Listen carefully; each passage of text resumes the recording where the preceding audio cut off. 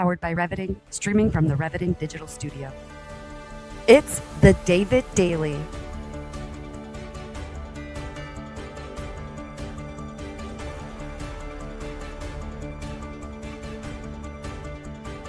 Exploring frontier technology, artificial intelligence, quantum innovation, and the intersection of faith, funding, and the future. Here's your host, David Goki. Welcome to another episode of the David Daily Show. Today we have a special segment called Funding, Faith, and Future Tech. And if you're just tuning in for the first time, please stick around for Beyond the Bag, where our special guests will share something in their travel bag. So without further ado, I would like to introduce Jason Alexander, the CEO of Chief AI. Jason, welcome to the show with me today. Thanks, David. Great to be here. Nice. So for those of us who haven't met you before or who haven't heard of Chief AI, could you tell us just a little bit about your company and kind of how you got started? Absolutely. At the simplest of levels, the Chief AI is an outsourced or fractional Chief AI Officer service primarily geared towards small and medium-sized companies across many different industries. We focus as a business on 4 pillars of service, which primarily involve advisory, consulting, education, and governance, and help organizations from early stage adoption to full AI enablement and AI transformation across the enterprise. And we are very happy to be here on the show and looking forward to sharing some knowledge and learn a little bit of something along the way.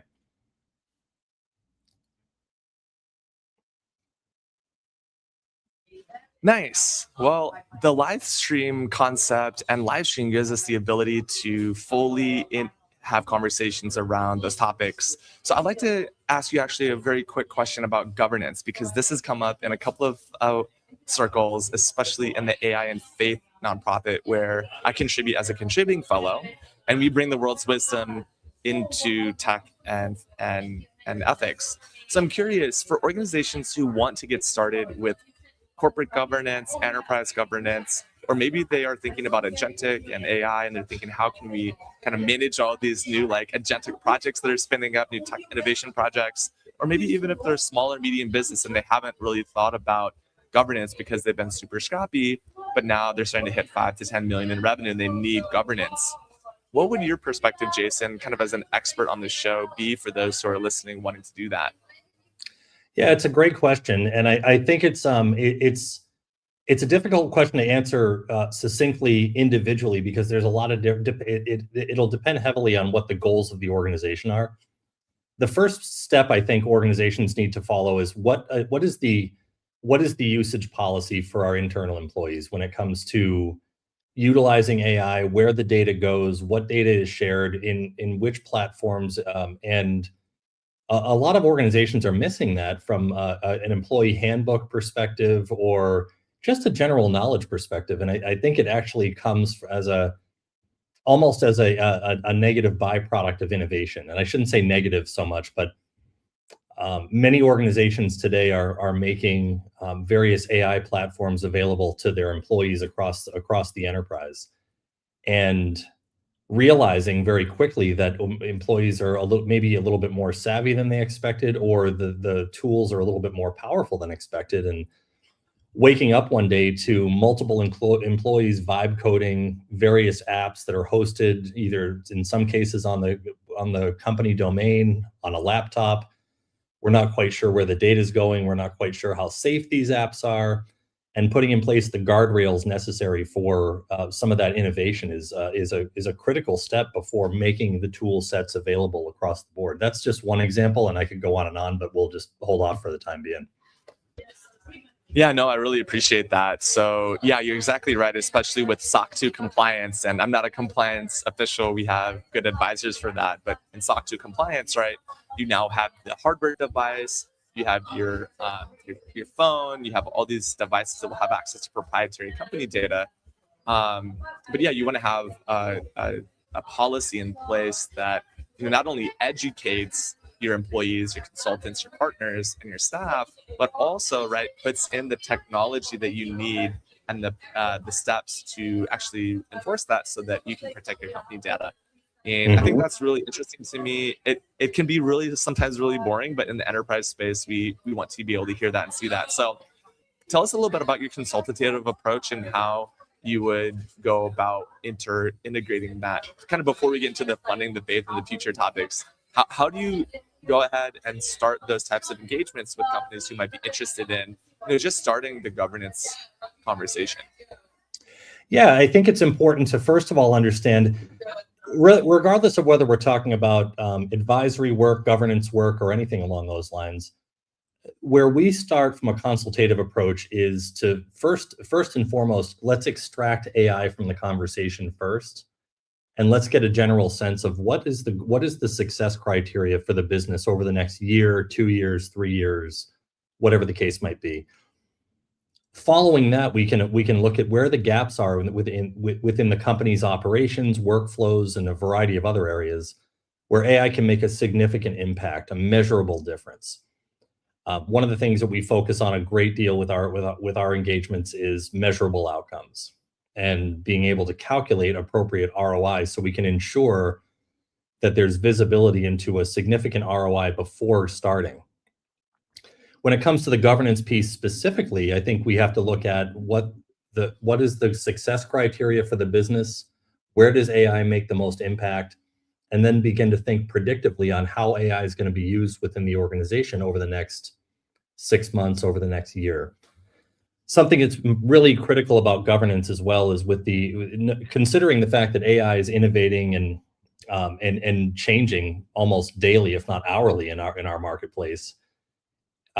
Governance can't be one and done. It's got to be a living document. It's got to be a living documentation, rather, that we go back and readdress every 3 months, every 6 months, every 12 months, whatever the cadence might be, to ensure that, well, this governance documentation, policies, and procedures worked for our business a year ago, but does it still work today?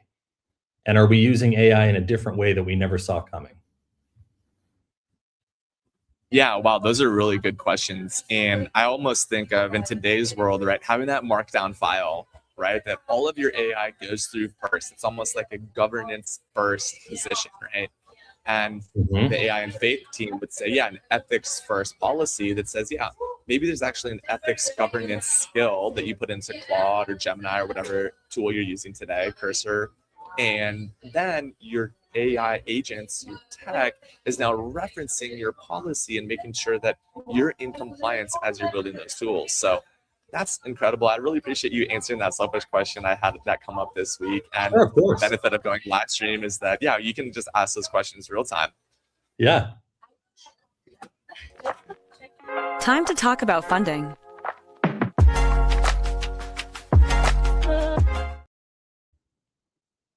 All right, funding is an awesome topic on this show. We get a lot of startups and investors on the show who watch or have participated before as guests, and funding is always an interesting topic, especially in early stage startups, whether you're revenue backed or pre-revenue, or maybe you're actually on your way to Series A. So that's a real nice sweet spot for us. So I'm curious, Jason, from your perspective, and our first topic here, if we're going to talk about the risk and portfolio strategy, how do we go about that when we're thinking about funding for startups in early stage?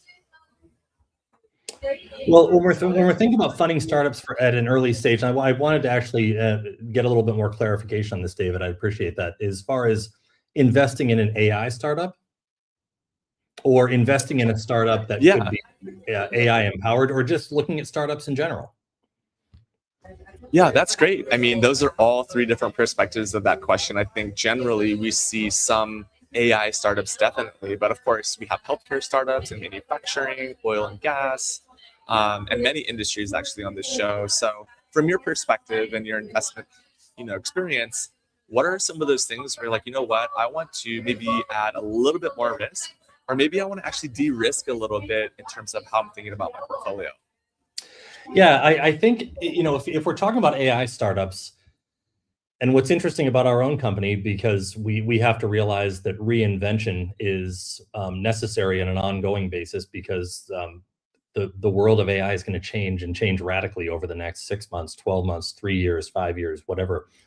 So if we're talking about an AI startup, one of the things that I would look into right off the bat is, what does your success criteria look like for the next 3 years, and where is reinvention predicted in that roadmap? Because at the end of the day, what's super special and powerful and differentiated today could be vibe coded by an average layman a year from now. And we have to realize that that's where the market's going. So when we think about what's the roadmap for product or for service or for differentiation, profitability, are we taking into consideration the rapid evolution of the market that we're playing in right now, or are we just catering to the needs of today? So I think that's one significant piece. If you're looking at a startup in general, and I'm going to pull AI into this for a minute. I think it's critical to take a look at what is your AI strategy right now. How are you looking for force multiplication through AI, through revenue generation, product generation, service generation, customer service, execution, and so many other things. And how are we going to incorporate AI appropriately so we can get the most significant impact from the technology, from the business processes and workflows to cater to an audience that's going to be loyal to us and keep coming back for recurring revenue opportunities in the years to come. So, as well, I think it's also important to take a look at what is the reinvention timeline for your business, because AI is so big now and so widespread and so vastly used. It's going to wind up transforming businesses that aren't necessarily just AI businesses, of course, and expediting innovation. And we're going to see reinvention of companies like we've never seen before under those terms. Yeah, I really love that perspective. I think that's a unique perspective that I haven't heard yet on this show, explicitly being called out in that first topic segment of funding. And I really like that perspective because it's so true.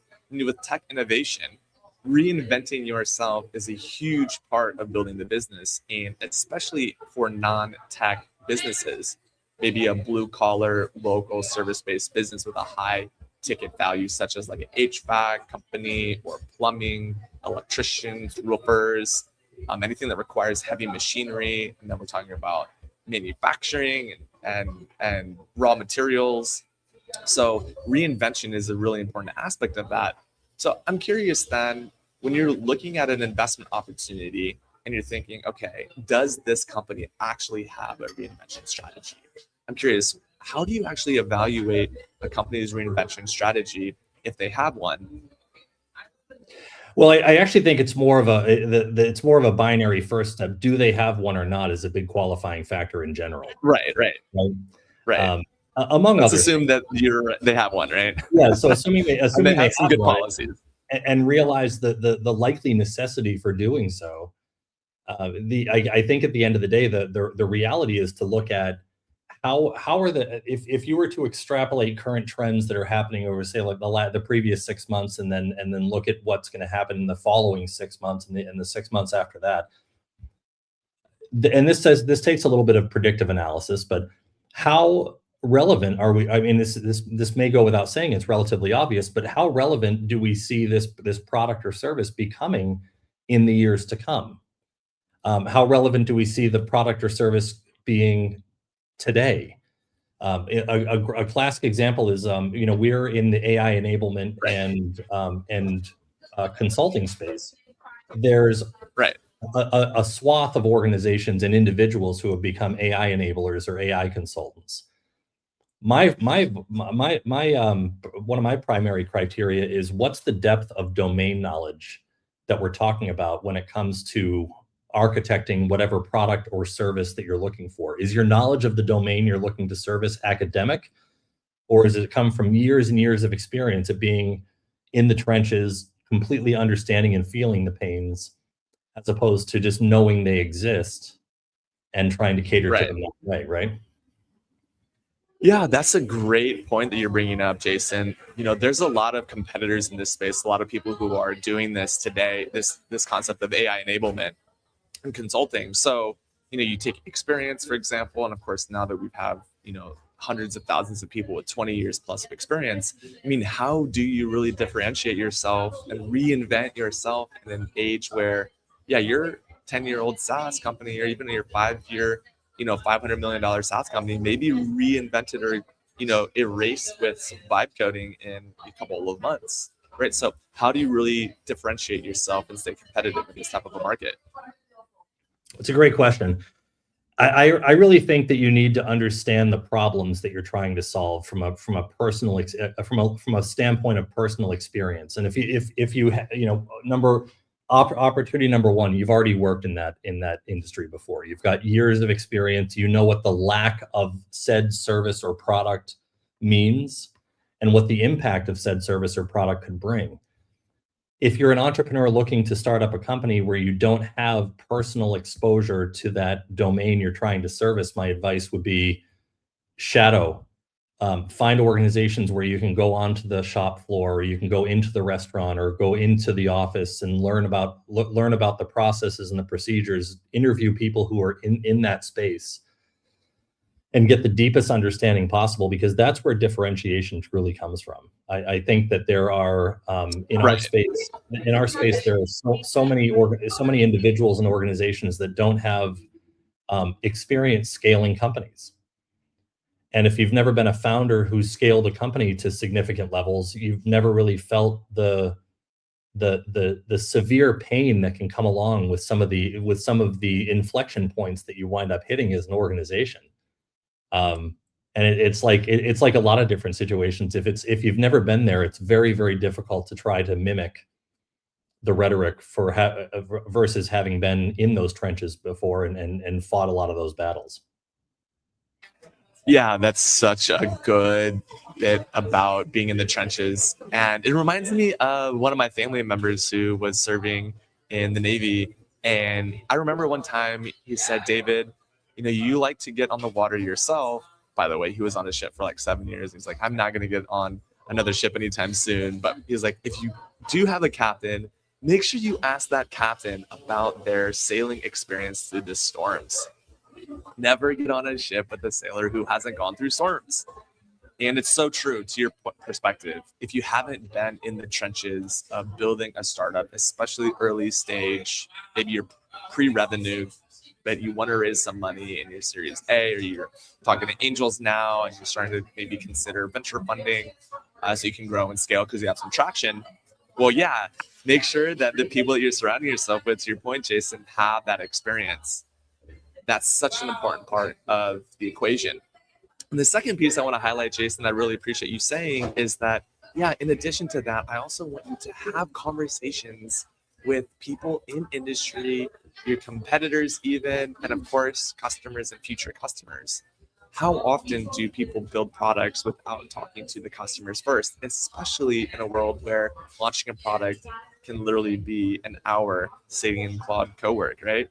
So I'm curious for you, in terms of sticking to our topic on the funding side and de-risking strategy for portfolio management, how do you advise companies to make sure that, and fund groups especially, to make sure that they're diversifying their conversations and they're actually staying relevant to the real industry problems? They're rolling up their sleeves and getting in those trenches. Yeah, I think it's going to be, it's very similar to sales strategies that I've employed in the past, which is to almost don't start necessarily with the product or the service, but let's look at the outcomes that said company is expecting will be achieved as a result of buying their product or service. And then reverse engineer back into, okay, well, the outcome is X, therefore you've solved problem Y. Let's analyze the validity and the significance of what the problem is before we even get into the nuts and bolts and ones and zeros of whatever the product or service might look like. We have to take a look. You have to be catering to a problem that is of significant size and scale, with enough longevity to know that there's going to continue to be a need for this long term. With the world of AI, it's going to continue to change month over month, year over year for the foreseeable future. So the ability to cater to AI enablement and AI literacy and all the things is always going to have to change because of the different models that are out there and the different tools that are available. And the same goes for any startup right now. You have to take a very, very serious look at the problem you're trying to solve and analyze, did you build it because you should, or did you build it because you can? And Right. The should side of that tells me that because we found a problem that is of a large enough size and scale to achieve a level of market share and cater to an audience that has a serious appetite for what this is. And we've done significant analysis to make sure that we differentiate against what's currently available out there in the marketplace today. Yeah, that's such a good point. Doing the deep research and reverse engineering, especially in the world of AI and enablement and vibe coding and your access to creating products, how much time and research have you actually gone in to understand those outcomes? And then, to your point, what problems are those outcomes solving? Really like that perspective. And I'm excited for our topic number 2 in our faith category. So we're going to hop over to that right now. Focusing on faith. Focusing on faith for a moment.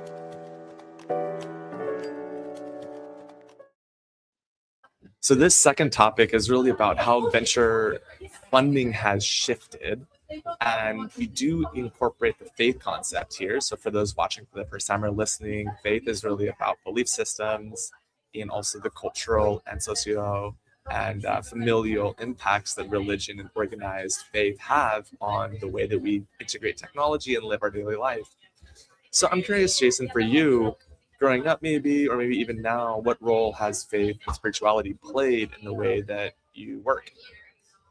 I think it's a great question. I was raised to believe. I was raised in a very spiritual sense. I was raised to believe in God, a higher power, and the historical relevance of a lot that you read about in various organized religions. But I wasn't actually brought up under a specific faith, and I've kind of maintained that. Although I've done my due diligence, I've read my Bible twice to make sure I'm choosing the right path or the right awareness of what's currently what's currently being followed under Christianity, and I've landed in a place where my faith my faith and belief system is in there being a higher power.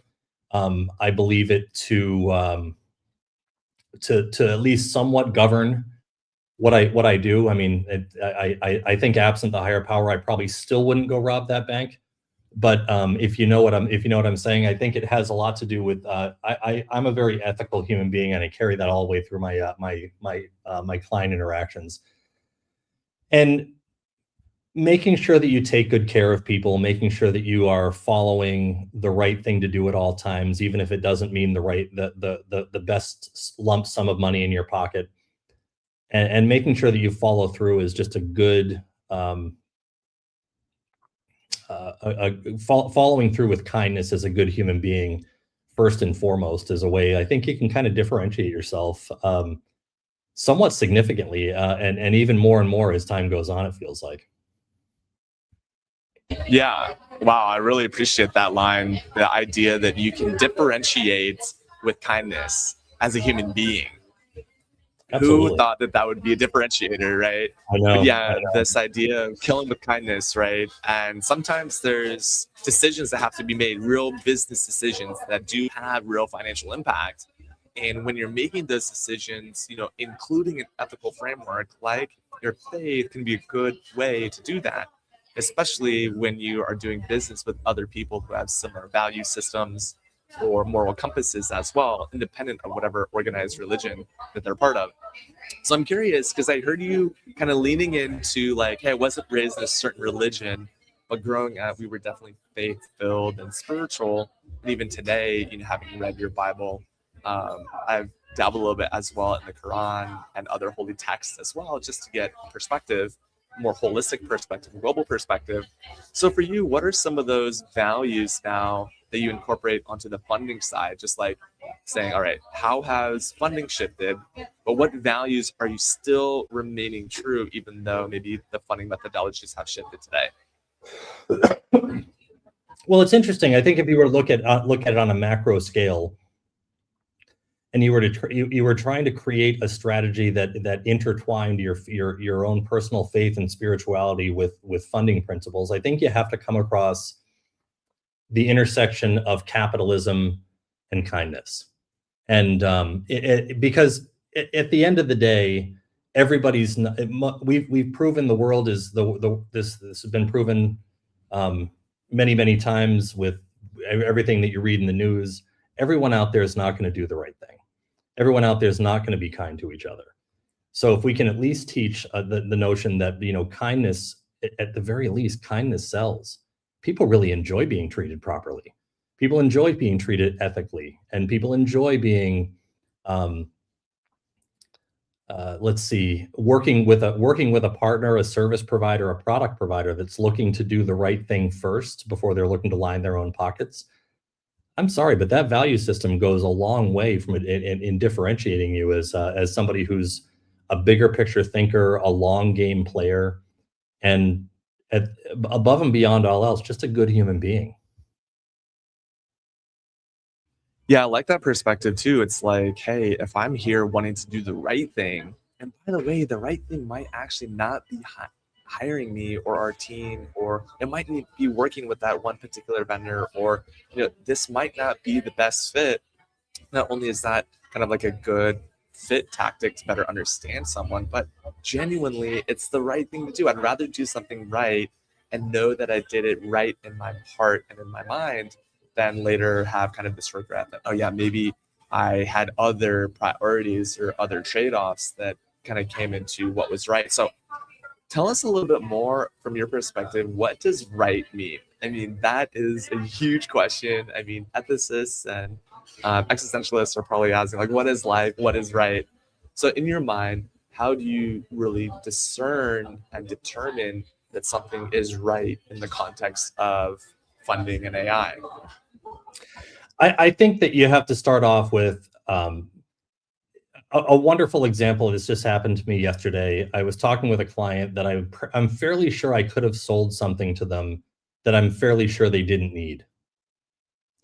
And it was, I felt in one way, shape, or form that I had the power to either push the deal across the finish line or kind of retract and backpedal out of the deal, because I don't think what we were doing for them was the right thing. I think they needed something very different from us or from the world as a whole, than they just needed pure AI enablement. I mean, this was an organization that really needed to be redefined from the ground up before we even thought about AI enablement. But there was a hunger for such tools, right, such workflows and such things that it probably would have been fairly easy to get that deal closed. And we decided to take a step back and say, from a business operator perspective, what we don't ever want to be is duct tape. And it really felt like we were just kind of patching duct tape on a broken leg as opposed to actually healing it, which is what the business needed. I think that was the right thing to do. Or if there are situations where you have the power to do something right for your community or for whoever that entity in need might be, don't be afraid to reach out and offer services that could affect a local charity, that could affect a local nonprofit, that could affect.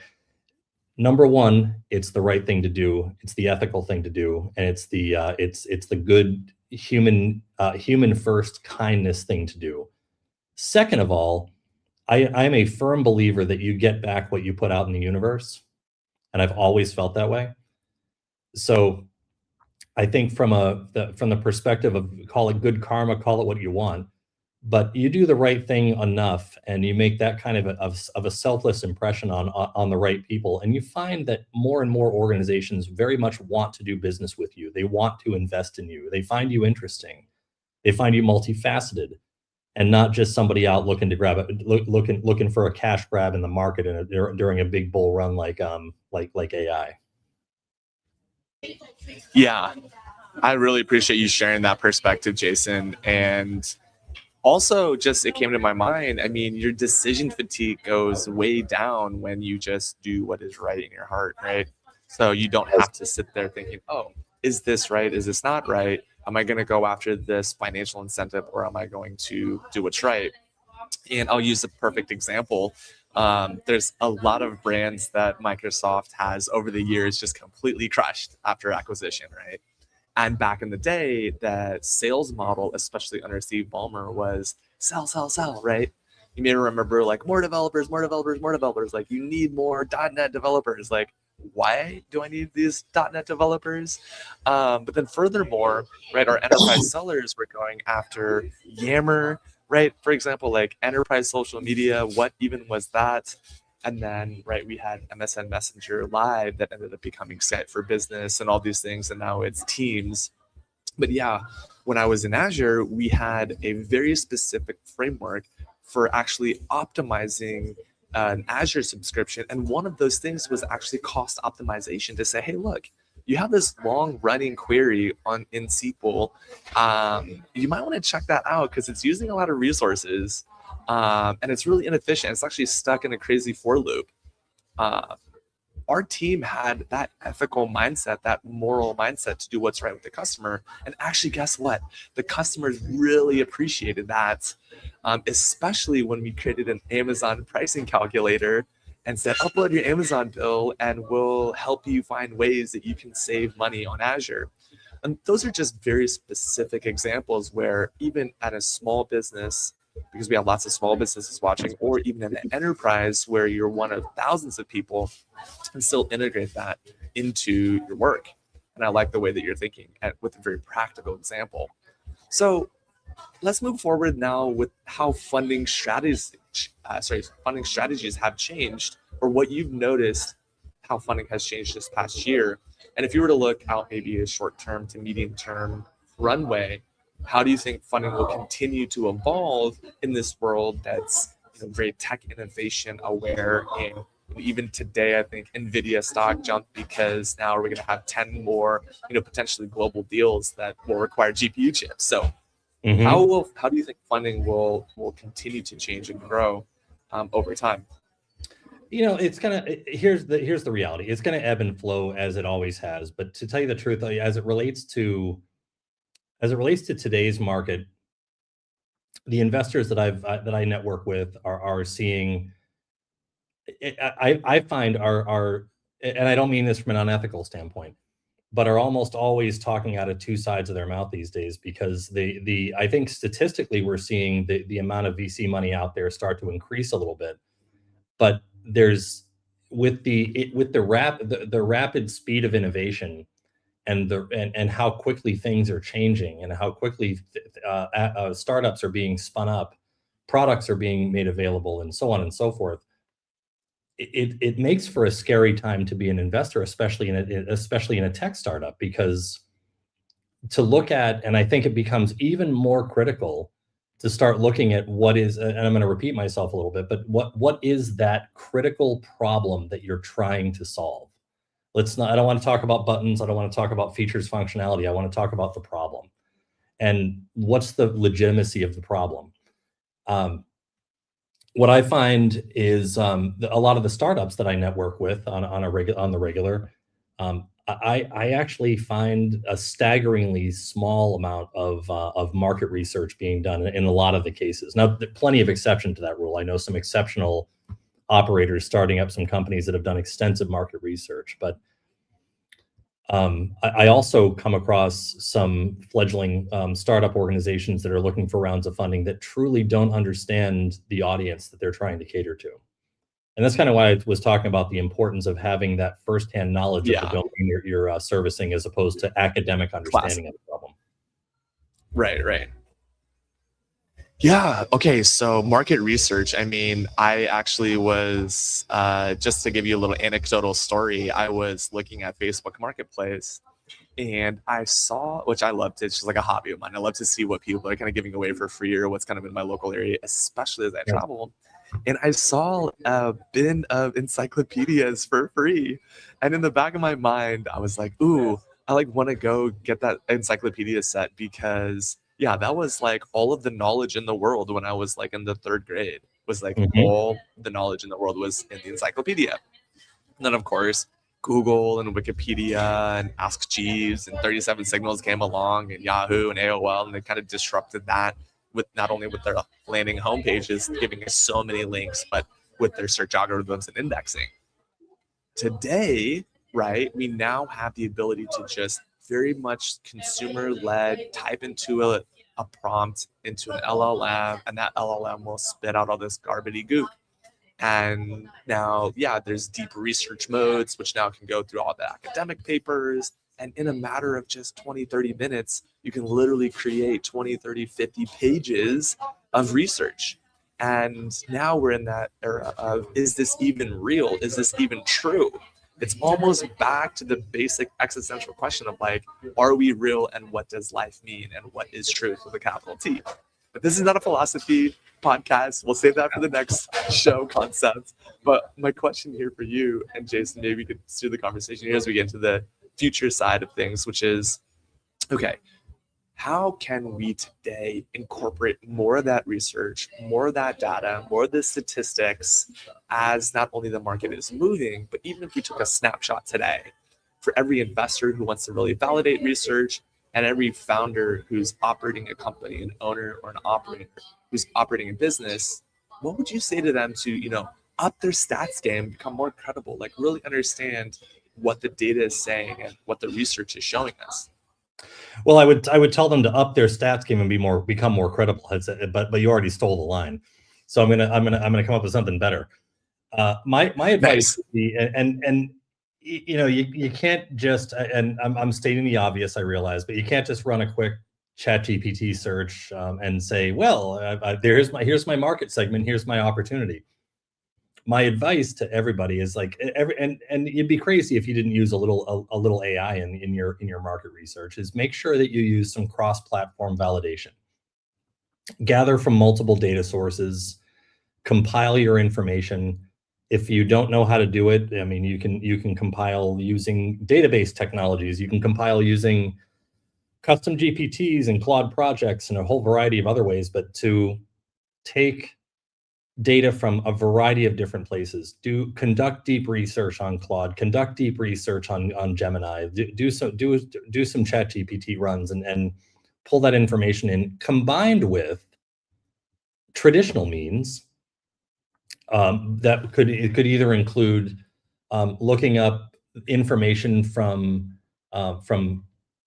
market specific industry organizational websites, government websites, or even, wait a minute, hold on, conducting actual market research through a third party firm to get you the information that you really truly need. And market research is the cheapest of cheap insurance policies you could ever buy before risking your livelihood on a venture pardon me, that is going to mean success or failure for you in your professional life. I was just Yeah, come talking on. one example. I'm sorry, the last week, and the poor founder that I talked to, I mean, really just had no understanding whatsoever of the financial thresholds of their audience, and was just putting out a product that was, in my opinion, will never be bought because it's just too expensive. It's the buying audience will not pay for that. I was curious, so I conducted a little research on my own, and in about 5 minutes, kind of came up with 100 reasons why that pricing was wrong, and that's just what I did while sipping coffee on a break. So Right. Okay, Chief AI, I see you. So that's my 2 cents on that. I don't want to go on my tribe. Yeah.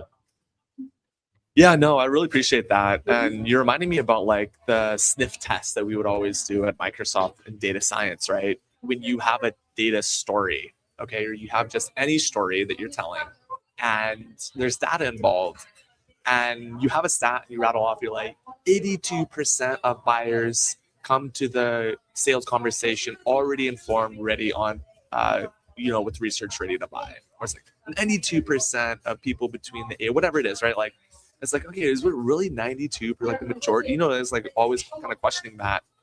And I mean, to build on your point, it's like if you haven't done the 5 minute research on the free subscriptions of all these AIs and compare them to each other, that's a really great place to start, because if you're not doing it, your competitors will definitely be doing it, your investors will be doing it, your partners, even your customers or potential customers will also be doing that. So I wanted to tap into a little bit more of that in terms of business unit economics now, because that's a large part of how funding has changed and shifted, as well as now more venture firms, more angels are wanting to see traction. And one way to see traction is to see revenue, and revenue comes down to business unit economics. So what would you say to people who are thinking about how to build a strong business unit economics that can really grow and scale in this new era of funding? Yeah, I would say first of all, I sound like I'm repeating themes here, but it's never been more That's good. important. That's good branding. Yeah, no, it's never been more important to be predictive and to start asking yourself where is my market currently going? Everything is moving faster. Everything is innovating faster. More and more products and services are coming to market. Excuse me. No worries. This is a live show, so yeah, actually a little drink of water, a little cough drop. Yep. Great but yeah, where you're going is predictive. It's a good reminder, especially from being data driven, right? Like if you can see some trends already happening in the markets, diagnostically you've looked back, right? And now descriptively you can tell us what's going on today. And then predictively, right, I'm just following kind of Gartner's Ascension model on data analytics they launched in 2008. Like, can you prescribe what to do on that prediction? The perfect example is weather, right? It's like yesterday it rained, today it's partly cloudy. We predict it will be sunny tomorrow, and bring your bathing suit on Sunday because it's going to be 95 and bright. And that's kind of something that you reminded me of, Jason, was like how many businesses aren't thinking about tomorrow or predictively what will happen. So let's kind of move into that concept for funding. What do you predict will happen with how funding will change in the next, let's say, 18 to 24 months? Yeah, that's a great question. I definitely see the, and again, this is based on my knowledge and my circles that I travel in, as well as the reading that I do. I see a lot more lower risk, smaller investments coming out, because there's going to be a great deal of wonderful ideas, but there's also going to be a great deal of failures that have been happening, because a company that seemed differentiated in April was completely stomped on in May by something that came out of nowhere, which is literally where it came from. And finding opportunity to finding the opportunity to be able to innovate past some of those some of those roadblocks that come up, or those competitors that happen to pop up, is going to become nearly impossible in a lot of cases. So I believe that that we'll see seed and Series A funding to see an uptick for sure, and then we're also going to see, my opinion is, a lot of consolidation in the marketplace. So I think the M&A world is going to start to get really busy in the years to come, because a lot of organizations are going to wind up spinning up the same product, the same service, a similar product, a complementary service, what have you. So I would look for PE firms to be ramping up as well in the next say 12 months, by creating some of those portfolios that what we're seeing come out of innovation today.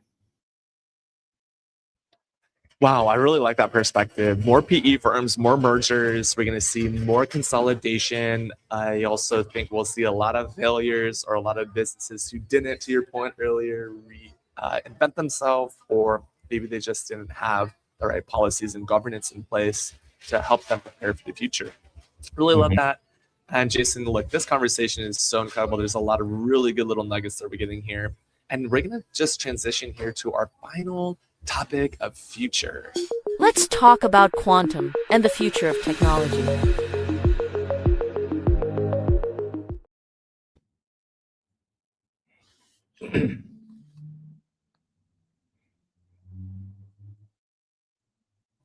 Jason, it's great to be here with you on this topic of future. And I'm curious, okay, so we've talked about funding, we've talked about faith. Now, what do we think is going to happen with AI and digital assets in terms of long-term allocation, right? All these companies are building all this product that has real enterprise value, real customers, but help us understand what you think about this topic and how long-term allocation may be impacted or affected by digital assets in the future.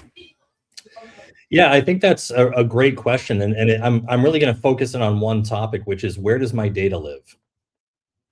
And I get a lot of questions, a lot of inquiries around, what are the best platforms to use, what are the best LLMs to consider, what are the best products for X, Y, and Z needs.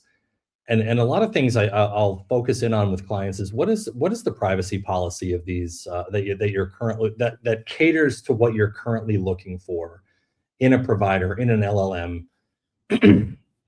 But the question really is not so much what's the privacy policy of the organization that you're trusting with all of your data or integrating with all of your business systems, but what happens if that company goes out of business? And what happens if that company gets acquired? And where do your assets go at that point in time? Is there a stipulation in that privacy policy that says what happens in the event of either a company fizzling or a company being acquired, or whatever the case might be? I think people don't think nearly enough about that. And I'm not trying to create any kind of a doom and gloom or a don't trust your neighbor kind of a feeling. But I think it's important that we second guess, question, and double check when we're considering granting access to our most valuable piece of our most valuable asset, which is our data, which is our information, which is all of our trends and internal processes and so on and so forth. I'm not sure if that resonates with you, David, but that's something for me that I yeah, absolutely. It does resonate with me for sure, because I'm just thinking about experiences where, for example, you see data breaches, right? And it's like, okay, so now I know I have to go through and go protect all my data. I need to change my passwords. I need to change my data connections. Maybe an API key or whatever got, compromised. So now I have to go through the work of actually doing that. But to your point about the consumer data side, I mean, unfortunately, a lot of these big tech firms just pay the fine, right? They paid the $27 billion that Google paid, back to the EU when they're like, yeah, you and Apple were working behind the scenes this whole time with Google Search and Ads. Or it's like Meta saying, yeah, you are actually really dangerous for teen health because you created this auto scroll, addiction pattern for 10 years. And we now finally have studies that haven't protected the consumer data. And sure enough, they're just doing a class action lawsuit and paying the fine. So there's got to be a real shift in the regulation and the legal system that can catch up with all of this tech innovation, especially into the future. And then, some people are very data private and some people are very not data private. And if you are not data private, then, okay, great. You're standing on the corner and everyone knows everything about you. But if you are very data private, like many billionaires, right, they are investing lots of resources, time, and energy into protecting their own data, their family's data, their customer data, and all of their data assets indefinitely. So, yeah, absolutely. And when we talk about security, there's essentially three main categories of security. The first is the actual physical security of your data, whether it's on a hard drive or in a data center. And secondly, of course, there's that hardware security. Do you actually have BitLocker and some of these hardware secure devices, even biometrically, all those things. And then of course the software layer. And these three areas of security, data plays a very important role in each of those. And especially when there is a nefarious entity out there that is actively coming after your data. And furthermore, if your company is starting or building zero-party data or generating your own proprietary data, yeah, that could be the difference between a business really making it or not. So I really appreciate that you said that. So when you talk about digital assets, how would you define digital assets? That's a great question. I hear this term. You know what? I'm actually curious. I hear this term used a lot, and when I think about, I think I always default to thinking about data, because at the end of the day, it's the top of the tree, right? It's your most critical asset in most cases. Period. I also hear the term thrown around a lot because I think different people, right? So at the end of the day, it comes down to protecting yourself from either a cyber threat, from an invasion, from whatever it might be. And one of the things that people don't spend a lot of time thinking about these days, the average consumer, if you're an InfoSec professional focusing on AI trends, you're seeing this a lot. But we've just never seen so many intertwined systems, so many integrated systems, and what that's done is significantly open up the doors, many more doors, for a breach to take place, and for it could be the loss of data, it could be, and honestly, you also see things like, some of the rare examples of how Claude Code went in and wiped out a company's entire file server. Now that doesn't happen all that often, but it certainly happens, and it's something worth considering. Yeah, no, I really appreciate that. I was going to add to that not only are your file servers your assets and your data, but also, okay, so now that you extended that connector to that other system, now that system also has access to your proprietary data, and you want to check the kind of the data governance, the privacy policy to say, okay, well, what are you doing with that? I really appreciate you sharing that perspective. So talk to me about long-term allocation. That feels like finance accounting. What does that mean to you?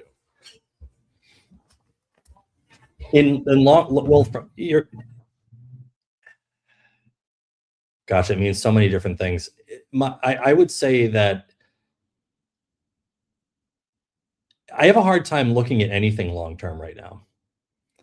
In all seriousness, it's like when I look at the long-term allocation, I'm much more interested in the road ahead in the short run than I am in the long term, because at the end of the day, if you don't have the right 1 year, 3 year, 5 year plan in terms of your digital asset allocation, you're not gonna get to that 10-year outlook. You know what I'm saying?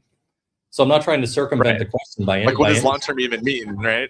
That's exactly what I'm saying. Like long term, and especially if we come back to the the world of AI, long term could be a year from now. So what are we doing in terms of that? And like I hesitate to speculate too far because it's a little bit outside my comfort zone as far as my own expertise. But I know, you know what I'm saying. Like but at the end of the day, yeah. Well, you're not gonna like my next question. What's that? I said you're not gonna like my next question. Well, which bring is it on, make a man. bold 20-year claim. Like 20 years from now, it's the year 2056. Right, like 2046. Yeah, 20, 30 years out, what does society look like in that space, in that realm, 20, 30 years out? Oh my goodness. So AGI has been achieved at that point in time.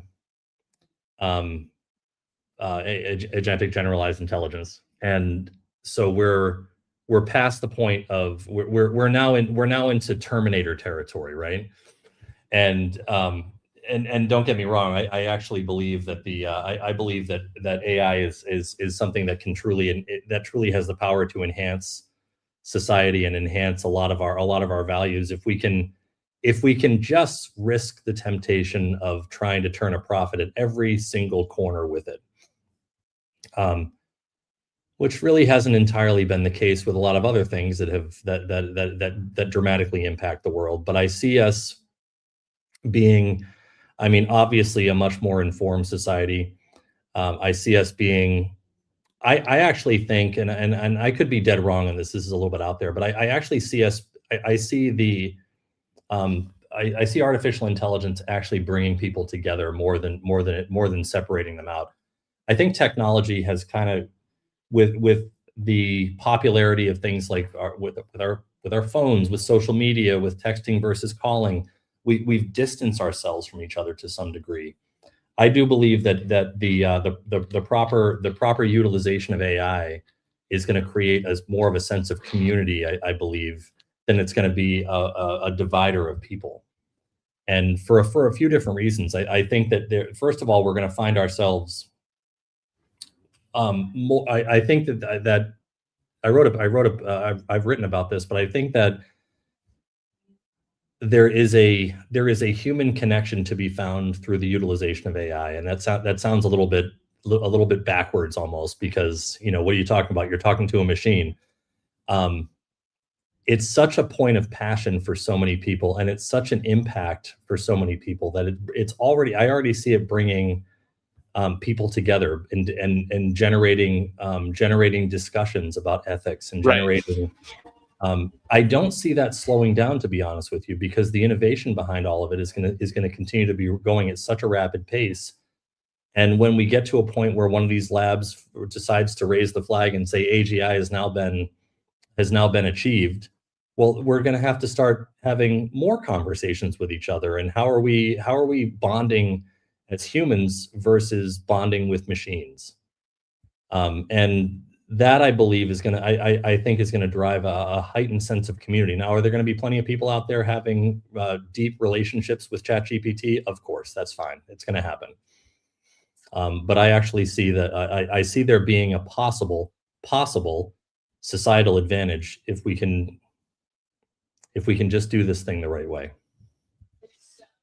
Yeah, I really like that perspective. It made me think of like little robots walking around on the sidewalk in 30 years from now and jumping into space pretty rapidly, right? And being able to connect the human journey along that pathway. But to your point, humans always crave connection. And that's one of the beautiful things about going live is you get a connection with not only you as a guest, but also the audience and all the replays. So I think that will continue to keep us, human, right? Like in the beginning, God created, like the creation aspect is like, our parents created us and, we'll create the future generations. So that will always keep us human.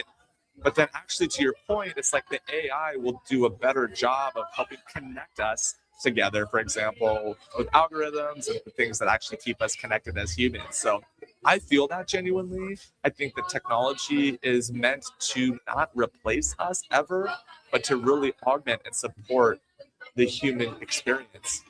When we get to a place where there's an all-knowing general intelligence that can make real good decisions, I'm hoping that at least there's an off button, or that you can actually disable this AGI without it saying no.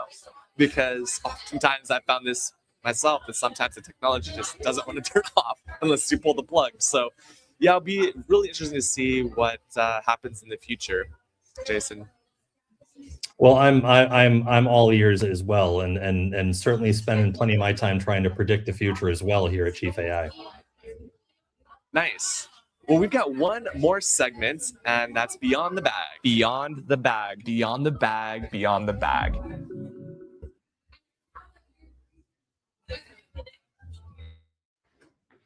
Beyond the Bag. Beyond the Bag. Beyond the Bag.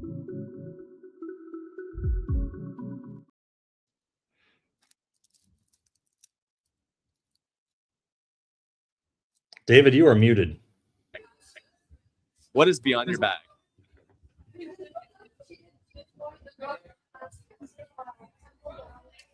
David, I think you were muted for the first part of that, so I'm going to have you repeat the question. Oh, I was just saying, what's beyond your bag? Oh, sure. Well, beyond my bag here is something that travels with me quite well, and being a entrepreneur riddled with ADHD, and I know I'm not the only one.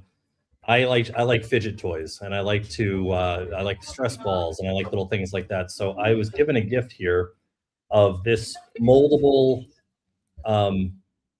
glob of little magnets that all stick together, and you can shape this in your hands. You can turn into a variety of different things. I found this keeping me busy during meetings on, I would say, a very frequent basis. And whatever this thing is called, which I have not given it a name yet after 3 or 4 years of owning it, is one of my best friends during the day. So I'm happy to share it with everybody.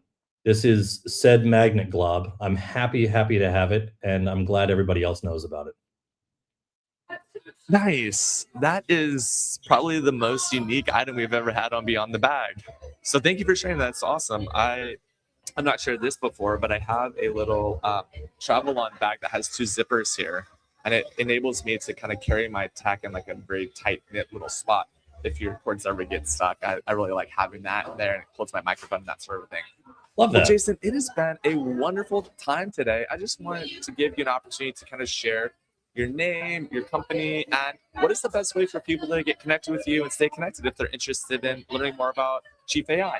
All right. Well, I'll go into my quick diatribe. I'm Jason Alexander. I'm the founder and co-founder and CEO of Chief AI. Again, we are an AI enablement Chief AI Officer fractional service for small, medium-sized companies. As it says here on the screen, I believe you're seeing this as well. chiefai.co. That's chiefai.co. You can find out great information on our services, products that we're developing, schedule a time to meet with us, take free AI readiness assessments for your business, and much, much more.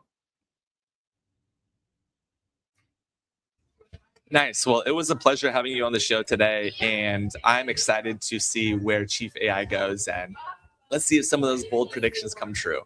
All right. Thanks, David. All right. Until next time, folks. Thank you so much.